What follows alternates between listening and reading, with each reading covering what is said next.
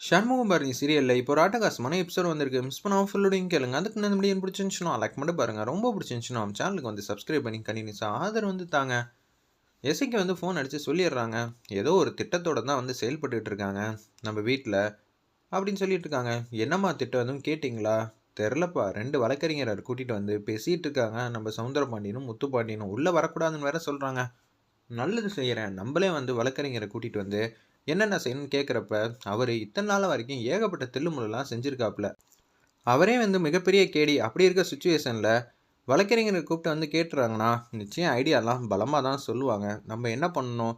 அப்படின்னு சொல்லி யோசிக்கும்போது, எத பத்தியும் யோசிக்க வேணாம் சண்முகம். நம்ம வழக்கறிஞர் என்ன சொன்னாங்களோ, அதுபடி செஞ்சாலே வந்து தவிடுபடி ஆயிடும். அவர்கிட்டேருந்து பேப்பர்ல கையெழுத்து வாங்காம, நம்ம வந்து அங்க பதவியே ஏத்துக்க கூடாது. அதுதான் மொத கட்டத்துல நம்ம செய்யணுங்கிற மாரி, பரணி வந்து சொல்றாங்க. நிச்சயம் அவங்க வரமாட்டாங்க. வர விடாம தடுக்கிறதுக்குன்னே ஏகப்பட்ட சூழ்ச்சியெல்லாம் அவங்க அப்பா வந்து செய்வாங்க. அப்படி இருக்க சிச்சுவேஷன்ல நம்ம டைரக்ட்டா போய் கூட்டிட்டு வந்துரலாம். அதுவும் கரெக்ட்டு தான் சண்முகங்கிற மாரி பரணி வந்து சொல்லிட்டு, சண்முகம், பரணி பைக்ல வந்து போயிட்டுருக்காங்க.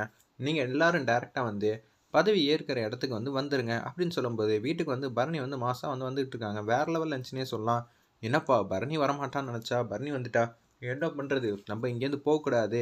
நிச்சயம் வழக்கறிஞர் சொன்னபடி கையெழுத்து வந்து போட்டே குடுக்கக்கூடாது. இது எல்லாத்தையும் வந்து பரணி மேல பழி போட்டுருவோங்கிற மாரி தான் சவுந்தரபாண்டி திட்டம் போட்டு வச்சிருக்காங்க அந்த இடத்துல. இது தெரியாம நம்ம பரணி வந்து வந்துகிட்டு இருக்காங்க. வாசல்ல நின்னு எசக்கி, சிவபாலன் எல்லாரும் வந்து வெல்கம் பண்றாங்க. வாங்கக்கா, ஏதோ ஒரு தில்லுமுல்லு நடக்குது. ஆனா என்ன ஏதுன்னு தெரியல. சரிடா, நானும் வந்து ஏகப்பட்ட பிளானோட தான் வந்திருக்கேன். அப்பனா ஓகே தான்க்கான்னு சொல்லி உள்ள வந்து போறாங்க அந்த இடத்துல. அப்பன்னு பார்த்து, வாங்க மாமனாரே, உங்களுக்கு மரியாதை செய்ய தான் நாங்க உங்கள கூப்பிடுறோம் அப்படின்னு சொல்லி சண்முகம் வந்து நக்கலா வந்து பேசிட்டு இருக்காங்க. நீ எனக்கு எதுவும் செஞ்சு கிழிக்க வேணாம். சரி நீங்க வாங்க, வந்து பேப்பர்ல கையெழுத்து போடணும். அதுக்காக தானே உங்கள கூப்பிடுறோம். ஐயய்யோ! இதெல்லாம் எவன்டா இவங்களுக்கு சொன்னது? கரெக்ட்டா வந்து வழக்கறிஞர் கூப்பிட்டு வந்து பேசியிருக்காய்ங்க போல இருக்கேங்கிற மாரி தான் சௌந்தரம் பாண்டிய அந்த இடத்துல நெனச்சிட்டு இருக்காங்க. இந்த மாரி சிச்சுவேஷன்ல எங்க அப்பா எப்படி கையெழுத்து போட முடியும்? அதுக்கெல்லாம் வாய்ப்பே இல்ல. நீங்க போயிட்டு அப்புறமேட்டு வாங்க அப்படின்னு சொல்லும்போது, இவங்க சொல்றதும் லாஜிக் படி கரெக்ட்டு தானேன்னு சண்முகம் ஒரு வாட்டி தப்பு கணக்கு போடுறாங்க அந்த இடத்துல. அப்பன்னு பார்த்து நம்ப முத்துப்பாண்டி வந்து கேட்குறாங்க, "பரணி, நீ தான் வந்து அப்பாவுக்கு வந்து எல்லாத்தையும் வந்து பத்திரமா பார்த்துக்கிட்டு இருக்க. அப்படி இருக்க சூழ்நிலையில இந்த வாட்டி பேனா பிடிக்க கூட நம்ம அப்பாவால முடியாது. கையெழுத்து எப்படி போட முடியும்? உனக்கே தெரிய வேணாமா? கையெழுத்து போடு, கையெழுத்து போடுன்னு சொன்னா எப்படி இதெல்லாம் சாத்தியம்?" அப்படின்னு சொல்லி கேட்குறாங்க அந்த இடத்துல முத்துப்பாண்டி. அப்பன்னு பார்த்து ஒரு வந்து சவுந்தரபாண்டி கை மேலேயே உட்காந்துட்டு இருக்கு. அவருக்கு தொந்தரவா இருக்கு போல இருக்கு. எல்லாரும் வந்து சோகமா வந்து தலை குனிஞ்சுக்கிட்டு அப்படியே பார்த்துக்கிட்டே இருக்காங்க நம்ம சவுந்தரபாண்டியன. அப்பாவுக்கு இப்படி சொல்றாரே, இப்படி உடம்பு முடியாம இருக்கிற மனுஷன வந்து தொந்தரவு பண்றோமோங்கிற மாரி தான் சுத்தி இருக்கிற எல்லாரும் வந்து யோசிக்கிறாங்க. சவுந்தரபாண்டி வந்து எடுத்து கையால வந்து தட்டி விட்டுறாங்க. இத நம்ப சண்முகம் மட்டும் பார்த்துறாங்க அந்த இடத்துல. "ஓ! கதை இப்படி போகுதா? சரி, சரி. இப்ப நான் ஒரு ஐடியா பண்றேன்" அப்படின்னு சொல்லி சண்முகம் வந்து யோசிச்சிட்டே இருக்காங்க. கையெழுத்து போடக்கூடாதுன்னு சொல்லி டிராமா ப்ளே பண்றாரா? இது தெரியாம போச்சேன்னு சொல்லி யோசிச்சுட்டு இருக்கப்ப, "மாமனாரே வாங்க போலாம். நீங்க இப்படி தான் வந்து சொல்லிட்டு இருப்பீங்க. உங்களெல்லாம் வந்து அப்படியெல்லாம் விட முடியாது. முத்துப்பாண்டி நீ ஒரு பக்கம் தூக்கு, நான் ஒரு பக்கம் தூக்குறேன்னு சொன்னோன்னே, வேற வழியே இல்லாம முத்துப்பாண்டியும் நம்ம சண்முகம் தூக்கி கார்ல வந்து வைக்கிற மாரி ஆயிடுச்சு.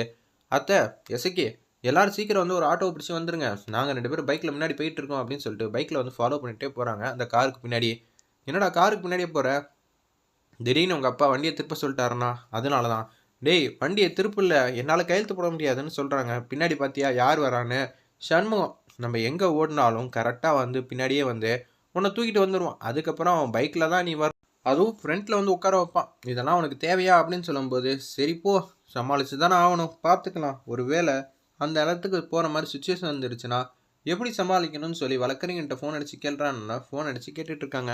இது மாரி பண்ணுங்க, இது மாரி பண்ணாதீங்கங்கிற மாரி சொல்றாங்க. பரணி வந்து சொல்றாங்க, உங்க மேல அன்பு பாசத்தினாலலாம் அவ கூட்டிட்டு வரல. நான் வந்து நகையிலேருந்து எல்லாத்தையும் செக் பண்ண தான் கூட்டிட்டு வரேன்.